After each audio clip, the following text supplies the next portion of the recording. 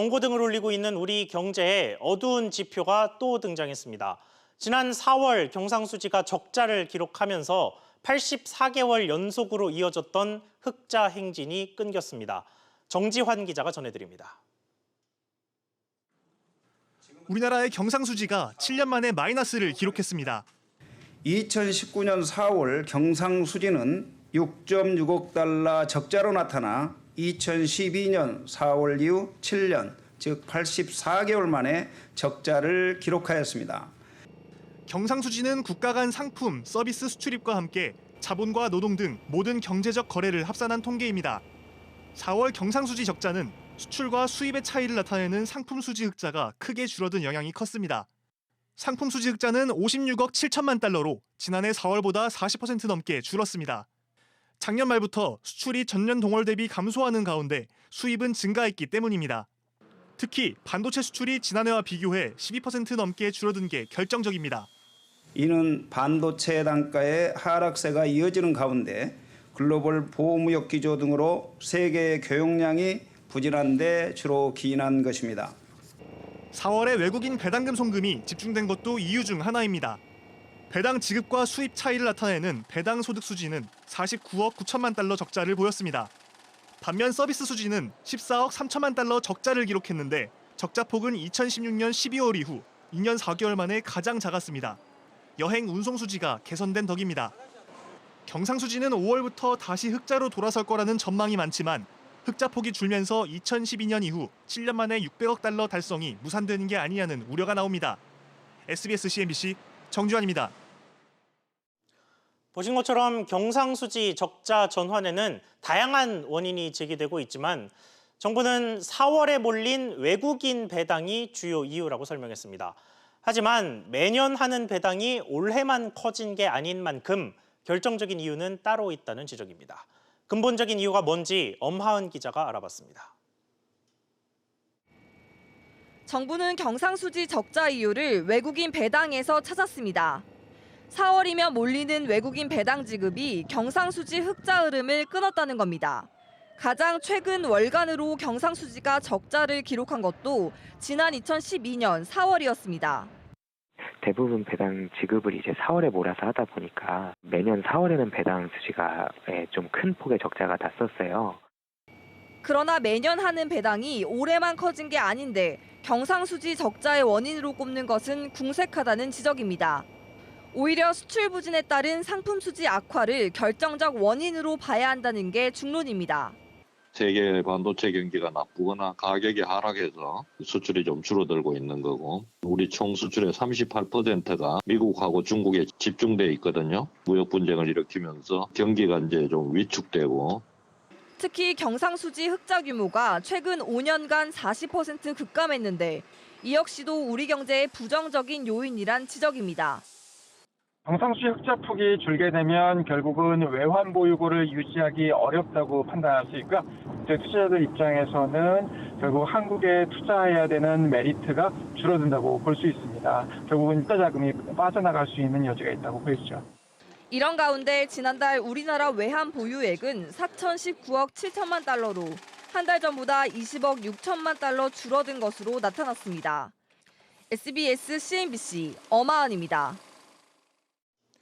경제 상황이 이처럼 나빠지는 건 대내외적으로 복합적인 원인이 있겠지만 당장 내부에서 힘을 모아야 할 때 그러지 못하고 있다는 점도 원인 중 하나로 꼽힙니다. 산업계는 노사 갈등으로 시름이 깊고 최저임금 인상과 근로시간 단축은 새로운 과제와 고민을 던지고 있습니다. 계속해서 황인표 기자입니다. 그제부터 시작된 현대중공업 노조의 부분 파업은 오늘까지 이어졌습니다. 대우조선 노조도 인수를 추진 중인 현대중공업 실사단의 거제조선소 방문을 막고 총파업에 나서겠다고 밝혔습니다. 반드시 거쳐야 될 절차니까 좀 협조를 좀 해주시죠. 그거는 거기 사정이고 우리 사정 아니에요. 우리는 절대 현중이 들어올 수가 없습니다. 이런 가운데 최저임금 인상 속도는 사회적 갈등에 꺼지지 않는 불씨입니다. 홍남기 경제부총리는 부작용을 의식해 내년도 인상폭을 최소화해야 한다고 말했고 노동계는 강하게 반발하고 있습니다. 자율성들을 보장하지 않게 된다면 또다시 파행에 이를 거라고 저희들은 생각을 합니다. 민주노총은 내년 최저임금을 바로 10,000원으로 올리고 이 비용을 재벌들이 책임져야 한다고 주장하고 있습니다. 내년부터는 또 주 52시간 근로제가 50인에서 300인 미만의 사업장에도 확대 적용됩니다. 중소기업계가 본격적인 영향을 받게 되는데 경영계는 탄력근로제 기간 연장을 요구하는 반면 노동계는 받아들일 수 없다는 입장입니다. 경제 주체들이 양보와 타협보다는 대립과 갈등을 선택하면서 합리적인 해결책이 나오지 못하고 있는 상황입니다. 현재로서는 중재에 나서야 할 정치권과 정부도 제 역할을 못하고 있는 것이 아닌가 생각됩니다. 갈등이 깊어지면서 우리 경제에 대한 경고음도 높아지고 있습니다. SBS CNBC 황인표입니다. 결국 우리 경제가 이렇게 휘청이기 시작한 이유는 그간 우리 경제를 이끌면서 많은 문제를 덮어왔던 수출이 부진하기 때문입니다. 미중 갈등과 이란 제재 등 우리가 대응하는 데 한계가 있는 해외 변수들이 상황을 더 어렵게 만들고 있습니다. 이 부분은 오정인 기자가 분석했습니다. 요즘 수출업계 관계자들은 매일 해외 뉴스에 촉각을 곤두세우고 있습니다. 이미 작년부터 예고가 됐었던 거고 쓸 수 있죠. 그래서 그거는 이제 예의주시를 할 수밖에 없는 거지만 이란 원유 자체가 제재가 지속되면 물가가 오를 수 있는 개연성은 좀 있겠죠. 필연적으로 수요 감소가 따라오기 때문에 정책 마진이 좀 줄면서 수익성이 약화되는 게 가장 큰 문제거든요. 우리나라 수출은 지난해 12월 이후 5개월 연속 감소세입니다. 지난 4월 수출액은 483억 달러에 그쳤습니다. 지난해 같은 기간보다 6.2% 줄었습니다. 반도체 단가 하락과 세계 교역량 부진이 원인으로 지목됐습니다. 정부는 수출 다변화를 대안으로 꼽고 있습니다. 하지만 전문가들은 한계가 있다고 지적합니다. 정부 입장에서도 뭐 다른 다변화 정책을 한다고 해서 그게 수출이야 뭐 하루 이틀 내에 뭐 다른 국가로 소규모로 갈 수는 있지만 공장이 진출하지 않은 국가들에 대해서 우리가 뭐 수출 다변화를 꾀한다 이거는 굉장히 장기적인 안목이라고 판단하기에는 조금 어려운 측면이 있죠. 미중 무역 갈등과 이란산 원유 수출 제재 등 대외 악재로 우리 경제의 버팀목 수출 엔진이 식어가고 있습니다.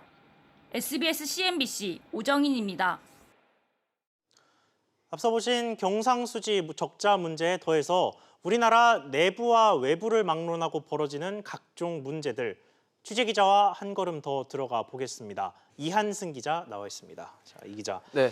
경상수지 이야기부터 좀 해보죠. 앞서 보니까 정부는 배당 때문이다 이렇게 주장하고 있지만 네. 전문가들은 또 수출 때문이다 이야기를 하는데 뭐 실제로 수치를 보면 좀 어떻습니까? 일단 그 부분에 대해서는 과거 지표를 좀 보시면서 설명을 좀 드려야 될 것 같은데요. 예. 올해 배당 소득 수지 적자 규모는 역대 3위 수준입니다.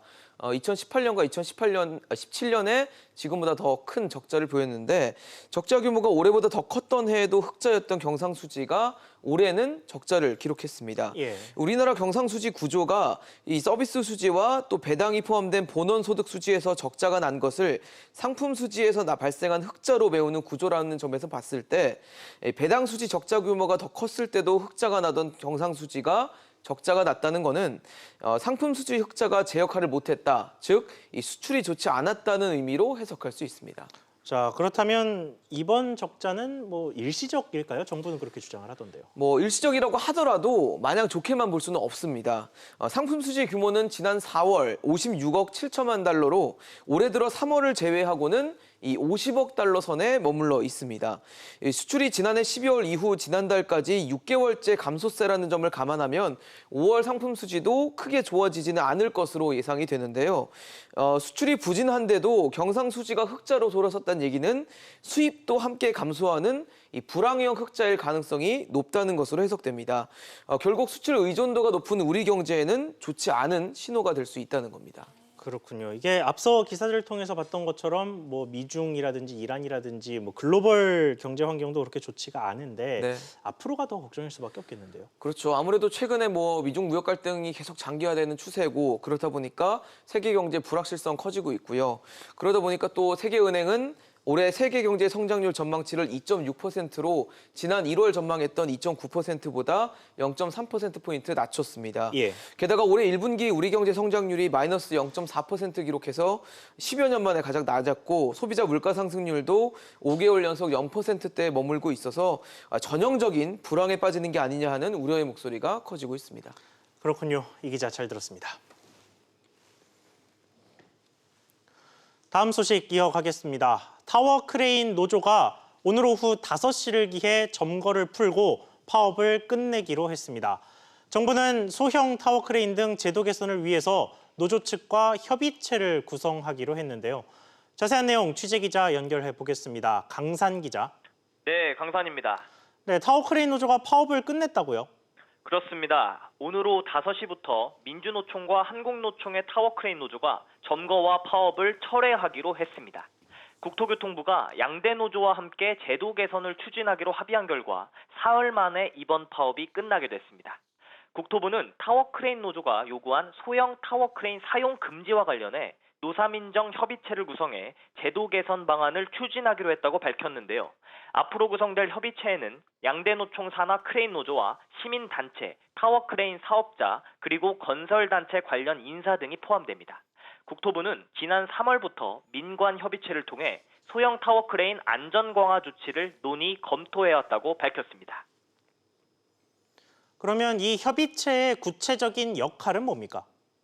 네, 협의체에선 소형 타워크레인의 규격과 면허 취득, 안전장치 강화와 관련된 대책이 논의될 예정입니다. 국토부는 이와 함께 불법으로 구조를 변경했거나 설계에 결함이 있는 장비를 현장에서 퇴출시키고 모든 전복 사고는 의무적으로 보고하도록 할 계획이라고 밝혔습니다. 또 제작 결함 장비에 대한 조사와 리콜을 즉시 시행하겠다고 말했습니다. 지금까지 SBS CNBC 강산입니다. 방금 들어온 노조 관련 소식 하나 더 전해드리겠습니다. 르노 삼성 자동차 노동조합이 전면 파업에 들어갑니다. 회사와 실무 교섭을 이어왔지만 끝내 합의점을 찾지 못했습니다. 취재기자 연결해서 소식 듣겠습니다. 권세욱 기자. 네, 권세욱입니다. 네, 르노 삼성차가 결국 접점을 못 찾았습니다. 네. 르노 삼성 노조는 방금 무기한 전면 파업에 돌입한다고 밝혔습니다. 지난 월요일부터 오후 1시까지 교섭을 지속했지만 절충점을 찾지 못한 데 따른 것입니다. 전면 파업은 오늘 야간조부터 들어가기로 했습니다. 이에 따라 조금 전 오후 5시 45분부터 전면 파업이 시작됐습니다. 이와 관련해 르노 삼성 관계자는 파업 불참 인력으로 공장을 가동하겠다고 말했습니다. 노사가 합의를 이루지 못한 이유는 뭡니까? 아직 구체적인 이유는 전해지지 않고 있습니다. 다만 노조는 지난 2일 회사가 전향적인 안을 내놓지 않으면 무기한 전면 파업에 돌입할 것이라고 통보를 한 바 있습니다. 르노 삼성 노사는 지난해 6월부터 임금 단체 협상을 시작했습니다. 하지만 합의에 이르지 못해 지난해 하반기부터 부분 파업을 거듭하며 협상을 계속했습니다. 지난달 16일에는 가까스로 잠정 합의안을 도출했지만 노조원 투표에서 부결돼 재협상이 이어져 왔으나 결국 파국을 맞았습니다. SBS CNBC 권세욱입니다. 우리나라 사람들이 가장 많이 먹는 술, 바로 이 맥주입니다. 이제까지 맥주에는 주세와 교육세, 부가가치세를 합쳐서 총 3가지의 세금이 매겨지는데 이 총액이 출고 가격의 113% 정도였습니다. 그런데 이 체계가 내년 1월부터 50년 만에 바뀝니다. 주세가 변경이 되는 건데 앞으로는 가격 기준이 아니라 리터당 얼마 하는 식으로 세금을 매기게 되는데요. 우선 내년 맥주의 주세는 리터당 830원으로 정해졌습니다. 그리고 나머지 세금들을 합쳤을 때 맥주 종류별로 세금이 달라지게 되는데 캔맥주와 생맥주, 병맥주와 페트병 맥주 4개로 나눠서 비교를 해보겠습니다. 우선 캔맥주는 세금이 가장 많이 내려갑니다. 1,750원대에서 1,300원대로 400원 넘게 세금이 떨어지고요. 그리고 반면에 생맥주는 세금이 가장 많이 오릅니다. 800원대에서 1,260원으로 450원 가까이 부담이 늘어납니다. 그리고 유리병과 페트병 맥주는 모두 약간씩 23원과 39원씩 세금이 오르게 됩니다. 다만 이 생맥주 같은 경우에는 소규모 수제 맥주 업체들이 주력으로 생산하는 경우가 많아서 2년간 세금을 20% 낮춰주는 유예 기간이 주어집니다.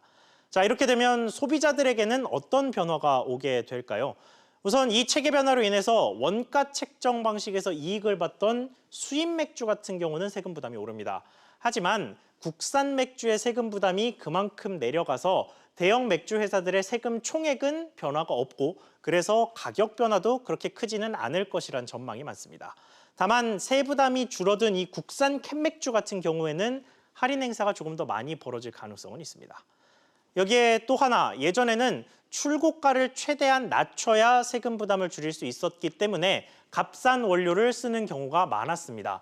하지만 이제는 원가가 비싸도 세부담이 늘지 않으니 고급수를 생산할 여지가 충분히 생겼습니다. 밍밍하고 맛없다는 인식이 깔린 국산 맥주, 이를 깰 만한 고급 맥주가 등장할 수도 있겠다는 생각이 듭니다. 앵커 리포트였습니다.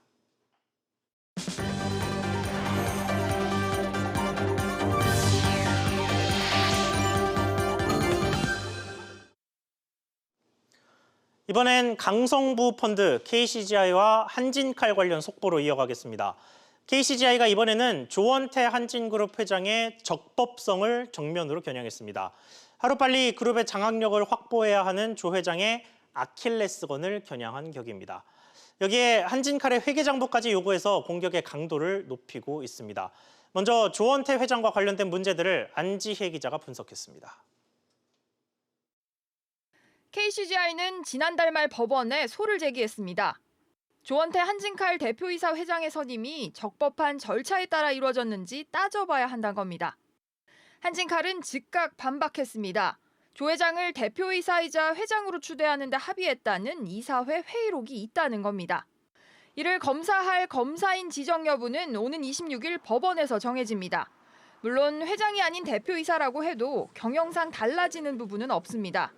하지만 회장 직함으로 불렸다가 떼이게 되면 신임 총수의 상징성에는 타격이 될 수 있습니다. 회장이라는 것은 그룹 전체를 총괄하는 총수, 상징적으로 그룹 전체를 통솔할 수 있는 권한을 가지는 상징적인 의미가 강하죠. 하지만 법적으로는 회장이라고 해서 차별화되는 권한을 가지지는 않습니다. 더불어 고 조양호 회장 퇴직금 적법성 시비는 가족들의 막대한 상속세 마련에 직접적인 영향을 미칠 수 있다는 점에서 또 하나의 아킬레스건입니다. 하지만 이처럼 존재감이 커지는 KCGI의 투자자 구성은 앞으로도 파악이 어려울 전망입니다. 공정거래법상 기업결합 신고 요건을 충족했지만 공정위가 투자자를 공개할 의무는 없기 때문입니다. 얼굴 없는 KCGI와 한진그룹의 얼굴, 조원태 회장 간 경영권 분쟁이 강도와 수위를 높여가고 있습니다. SBS CNBC 안지혜입니다.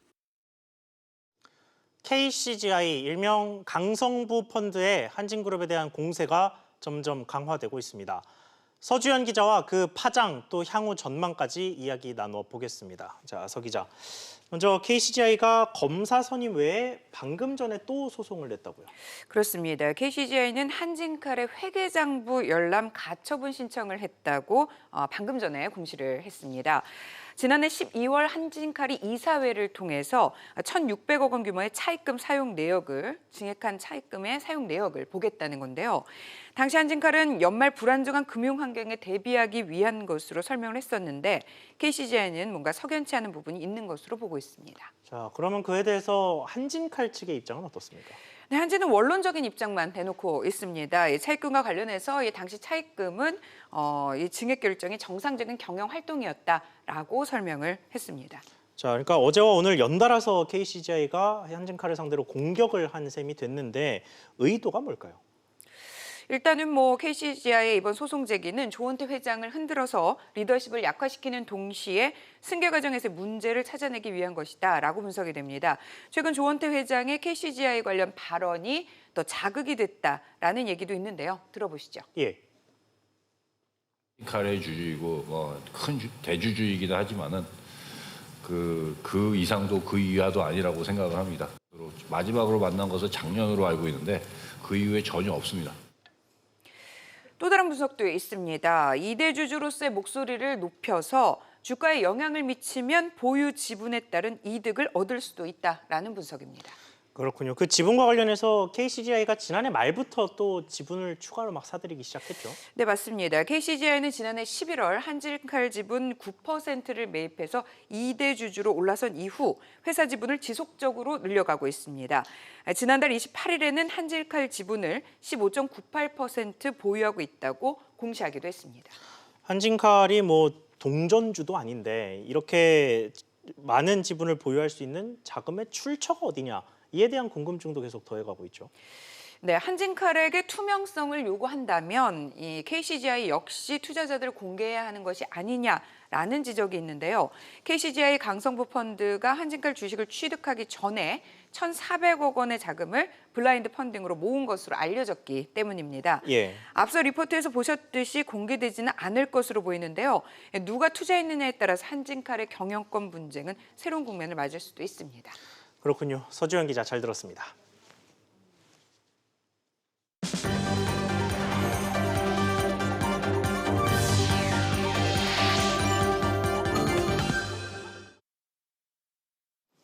금융감독원 특별사법경찰, 줄여서 금감원 특사경이라고 하는데요. 금감원 직원에게 경찰처럼 수사권을 부여를 해서 주가 조작이나 미공개 정보 이용 같은 불공정 거래 행위를 조사하도록 하자는 취지입니다. 관계 기관들 사이에 줄다리기를 벌인 끝에 시행을 하자라고 합의했는데 예상치 못한 변수가 발생했습니다. 금감원이 직무규칙에 인지수사 권한, 즉 자발적으로 수사에 착수할 수 있다는 내용을 포함시키면서 이에 대해 금융위원회가 반발하고 나선 겁니다. 이 때문에 특사경 시행이 다시 무기한 연기되는 양상이었는데 금감원이 결국 직무규칙에서 인지수사 내용을 빼는 것으로 한 발 물러섰습니다. 손서구 기자가 보도합니다. 지난달 22일 금융감독원은 홈페이지에 특별사법경찰 직무규칙 제정안을 예고했습니다. 수사 대상과 절차를 규정한 조항에는 범죄의 혐의가 있다고 인식한 때에는 수사를 개시할 수 있다고 명시돼 있습니다. 즉 인지수사 권한을 직무규칙에 포함시킨 것인데 금융위원회가 발끈하고 나섰습니다. 금융위는 특사경 수사 대상을 증권선물위원회에서 지정한 긴급조치 사건으로 한정키로 합의했는데 금감원이 합의를 어겼다며 수정할 것을 요구했습니다. 금감원은 상위법을 따라 규정했다고 해명했지만 금융위가 거세게 반발하자 결국 금융위 요구를 수용키로 했습니다. 수사 대상에 인지수사에 관한 내용을 삭제하고 패스트트랙 사건으로 한정하는 내용을 반영키로 한 겁니다. 조직 명칭 역시 금융위가 제안한 자본시장 특별사법경찰이 유력하게 검토되고 있고 운영 예산 역시 금융위 요구대로 금감원 예비비를 활용하는 방안에 합의했습니다. 유효하게 쓸 수 있도록 해야 되는데 지금 일어나고 있는 일들은 보면 금감원하고 금융위하고 가지고 있는 여러 가지 그런 복합적인 관계 때문에 이게 지금 잘 안 풀리는 거죠. 특사경 시행이 더 이상 늦어지는 것을 우려해 금감원이 사실상 금융위 요구를 대부분 수용한 것이라는 분석입니다. SBS CNBC 손석구입니다. 앞서 보신 대로 금감원 특사경과 관련해서 시행을 눈앞에 두고 있는 현재까지도 관계 기관들 간 줄다리기가 계속되고 있습니다. 특사경이 도대체 뭐기에 이렇게 금융위와 금감원이 부딪혀야 하는 걸까요? 손석구 기자와 계속해서 이야기 나눠보겠습니다. 자, 손 기자. 네. 금감원 특사경을 도입하자라는 이 최초의 논의는 언제부터 있었던 겁니까? 지난 2015년에 이 특사경 관련 법안이 개정되면서 금감원 직원도 이 특사경 추천 대상에 포함됐으니까요. 제도 자체는 4년 전에 이미 도입된 상태입니다. 예. 다만 이제 특사경을 추천할 수 있는 권한이 금융위원장에게 있는데 4년간 단 한 명도 추천하지 않으면서 사실상 이 제도가 사문화된 상태였습니다. 더불어민주당 박용진 의원이 이 특사경 사문화를 막기 위해서 금융감독원장에게도 이 추천권을 주는 개정안을 발의하기도 했고요. 지난해 말에는 또 국회 법사위가 금융위에 이 특사경 사문화에 대한 책임을 물었고 활성화 방안을 요구하면서 논의가 시작됐습니다. 그렇군요. 그런데 금융위는 왜 이 4년 동안이나 특사경 제도, 금감원 특사경 제도를 사실상 방치를 해온 겁니까? 네, 이에 대해서 이제 금융위에서는 검찰과의 공조라든지 아니면 현재 조사 체계로도 이 자본시장 범죄에 대한 대응이 충분히 가능하고 이 민간인 신분인 금감원 직원에게 과도한 권한 남용 우려가 있다라는 것들을 이야기하고 있는데요. 하지만 그 이면을 보면 이 금감원에 대한 견제 또 금감원의 권한 확대를 꺼려하는 금융위의 심리가 밑바탕에 깔려 있다는 게 금융권 안팎의 시각입니다. 비단 또 특사경이 아니더라도 두 기관은 이 감독 조사 업무 과정에서도 번번이 의견 충돌이 잦았고요. 또 예산이나 인사에 관해서도 갈등을 빚어왔던 게 사실입니다. 자, 그런데 결국은 이 특사경 운영과 관련해서 금감원이 금융위의 요청을 좀 수용한 모양새예요. 네, 이것과 관련해서 이제 금감원 입장에서는 이번 갈등이 확대돼서 특사경 시행이 또 미뤄지는 것을 우려하고 있습니다. 따라서 금융위 요구안을 수용하면서 일단 특사경을 시행하고 이후에 세부적인 사항들을 다시 논의해가는 것을 생각하고 있습니다. 윤석헌 금감원장도 최근 임직원들에게 이 특사경 출범에 집중하자는 뜻을 전달한 것으로 알려졌습니다. 그렇군요. 송 기자 수고했습니다.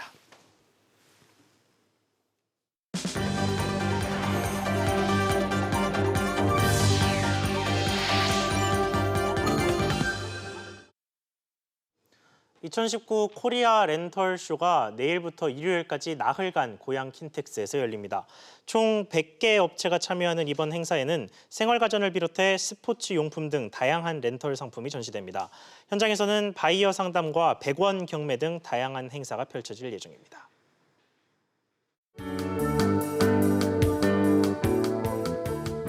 안녕하세요. K웨더 라이프스타일 예보 오조입니다. 현재 대구의 낮 기온은 34도를 웃돌며 올해 들어 최고 기온을 기록하는 등 무더위가 이어지고 있지만 내일 늦은 오후부터는 제주를 시작으로 밤에는 전국에 비가 확대되겠습니다. 내일 중부지방에는 10에서 40mm, 충청도와 전북 경북에는 30에서 50, 그 밖에 남부지방과 제주도에는 최고 100mm까지 많은 비가 쏟아지는 곳이 있겠고요. 특히 제주 산간에는 250mm, 남해상으로도 150mm 이상의 많은 비가 쏟아지는 곳이 있겠습니다. 그리고 내일 비가 오기 전까지 무더위는 계속되겠습니다. 내일 서울 아침 기온은 18도로 시작해 낮 기온은 28도까지 오르겠지만 저녁에 비가 오면서 기온은 점점 떨어지다가 이후 금요일에는 23도까지 떨어지면서 더위는 한풀 꺾이겠습니다. 중부지방은 낮 동안 더위가 이어지겠습니다. 낮 최고 기온은 서울과 수원, 그리고 대전과 청주는 28도, 춘천은 29도까지 오르겠습니다. 동해안은 강원도를 중심으로 건조, 경보까지 내려지는 등 건조한 날씨가 이어지고 있습니다. 남부지방의 경우 저녁부터 많은 비가 쏟아지겠지만 비가 오기 전까지는 전주와 대구의 낮 기온은 30도까지 올라 덥겠습니다. 이번 주에는 비 소식이 잦겠습니다. 내일부터 금요일까지는 내리는 비에 이어서 토요일에는 강원 영동과 경북 동해안에 또 한 차례 비 소식이 있고요. 일요일에는 전국에 소나기가 내릴 것으로 전망됩니다. 지금까지 기상정보였습니다. 오늘 저희가 준비한 소식 여기까지입니다. 시청해주셔서 감사합니다.